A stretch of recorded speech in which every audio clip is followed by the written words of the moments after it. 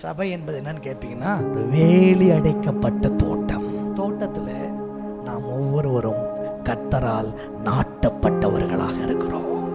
கர்த்தருடைய ஆலயத்தில் நாட்டப்பட்டவர்கள் தேவனுடைய பிரகாரங்களிலே செழித்திருப்பார்கள். அப்ப கர்த்தரால் நீங்கள் நாட்டப்பட்டிருக்கிறீர்கள். ஆனால் தோட்டம் மாத்திரம் திறந்து கிடந்துச்சுன்னு வச்சுக்கோங்களேன், யாரும் வருவார் யாரும் போவார் இருந்துச்சுன்னு வச்சுக்கோங்களேன், ஒன்னு தேராது, எல்லாத்தையும் முடிச்சு கட்டுருவாங்க.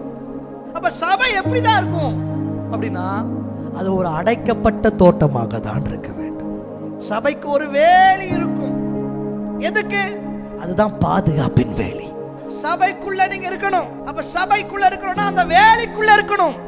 அந்நியர் உள்ள வரக்கூடாது, சம்பந்தம் இல்லாத உள்ள வரக்கூடாதுன்னு ஒவ்வொரு சபைக்கும் கர்த்தர் என்ன வச்சிருக்காருன்னு கேட்பீங்கன்னா, வேலியை வச்சிருக்காரு. வேலி அமைச்சிட்டா ஏன் உள்ள வரமாட்டாங்கன்னா, இது ஒருவருக்கு சொந்தம். தேவன் அப்படிதான் நம்மள சபைய வேலி அடைக்கிற பாதுகாத்து, நீ எனக்கு சொந்தம் என்ற முத்திரையை கர்த்தர் நம்மேல் போட்டிருக்கிறார். நீங்கள் மறைவு கட்டப்பட்ட நீரூற்று, முத்தரிக்கப்பட்ட கிணறு, வேலி அடைக்கப்பட்ட தோட்டம் உங்களை கரைப்படுத்த, உங்களை குழப்ப, உங்களை மயக்க, எந்த வகையிலும் கள்ள சகோதரர்கள் நுழையாதபடிக்கு சபையை சுற்றிலும் தேவன் வேலி அடைக்கிறவராக இருக்கிறார்.